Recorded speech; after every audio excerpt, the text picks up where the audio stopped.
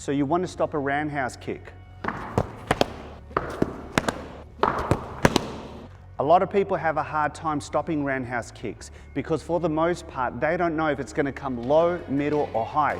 In this video, I'm going to show you effective techniques you can use no matter where the attack is coming towards. Let's get started. Okay guys, on the first one, we're stopping the roundhouse kick. Not knowing where the attack is coming towards. It could come towards my thigh, towards my ribs, or towards my face. So it's really wise for you to cover the whole area so that way you don't need to guess where the kick is coming towards.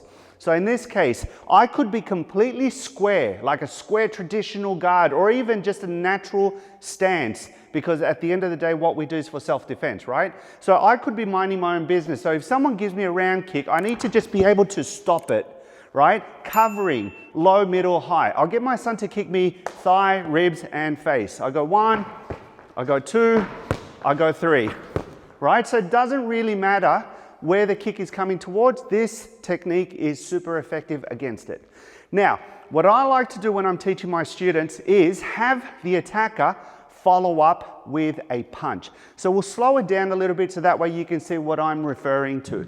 When the kick comes, I'm stopping it, I'm covering, and then I'm intercepting and I'm redirecting with my paksa. Pakda, dealing with a punch. So I go 1, and then I can slap. I go 1, and then I can do the paksa.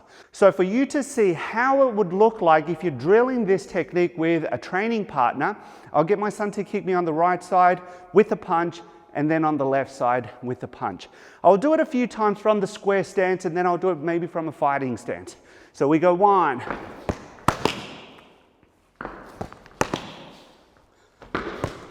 Maybe now fighting stance.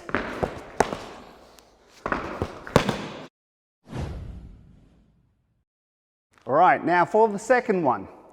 Let's say you're already on a fighting stance, okay? So I'm facing my opponent, I'm squared off. But on this particular scenario, my opponent is kicking me on the inside. He's no longer kicking me on the outside. So still using the front leg, I can deal with that kick easily. Because when he kicks, I'm just gonna bring it across and cover. So he's kicking across and cover. One more time here, right? The distance that the other person has to travel for that kick, for that foot to reach me is a lot longer than the distance that I need to use to protect myself, to cover. So when the kick comes, I am jamming. And once again, it doesn't matter if the opponent is kicking me low, middle, or high, I can easily deal with that one. Now, if I get David to feed me the attack, following up with a punch. So what he's doing right now, he's following up with his punch, and then all I'm doing is using my paksa to redirect and go low towards the ribs. From that particular point, that situation, I can easily follow up, right? But for now, keeping it simple, cover, and then we go under.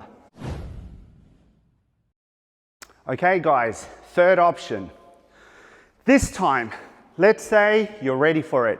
You're in the fight or you're in the sparring match. The person decides to give you a roundhouse kick. When your timing, distance and rhythm is on point, you can use a kick to basically intercept. So as you see the kick, your opponent's kick coming towards you, you can use your own kick and beat him to it through the center line. Right, so what we're doing here, the person's kicking, boom. We just cover, but we go straight through the center line. So that way you're always gonna beat the opponent. Now, a lot of people in the Wing Chun community, they rely too much on theory.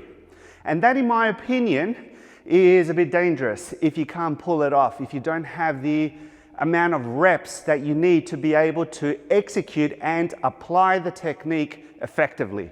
See, in theory, of course, I can always say, when the person's coming with a round kick, I can just go in and straight in. Or if the person's giving me a kick over here, I can just go in and do the chain punches. Sure, in theory, over a cup of tea, discussing Wing Chun techniques.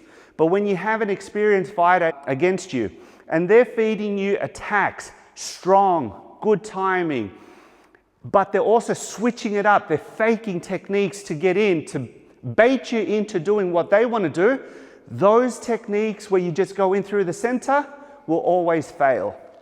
So just keep that in mind in your own practice. So let me run through this one again. He's kicking, I'm just going straight in with my front kick. Can I follow up? Absolutely. I can use any technique I want to keep on attacking. If David kicks me with the other side and I've got my right lead, he's coming towards me, I can also kick him with my lead leg. So you can use it with the lead, with the rear leg. It works very well with both options. So guys, let's recap. So let's say the opponent is kicking me on the outside. He's kicking me on the inside. And I'm intercepting. He's kicking me and I'm intercepting. So these are the 3 techniques for this video. I hope you practice them. Make sure you do it both sides and get a training partner to feed you these attacks. So that way you can see whether or not you're effective applying them. Okay guys, if you haven't watched my previous video, I'll post the card up here so that way you can check it out. And don't forget, go to my online university so you can grab my free introductory Wing Chun course so you can take your Wing Chun to the next level. Thanks so much guys. I'll see you in the next one.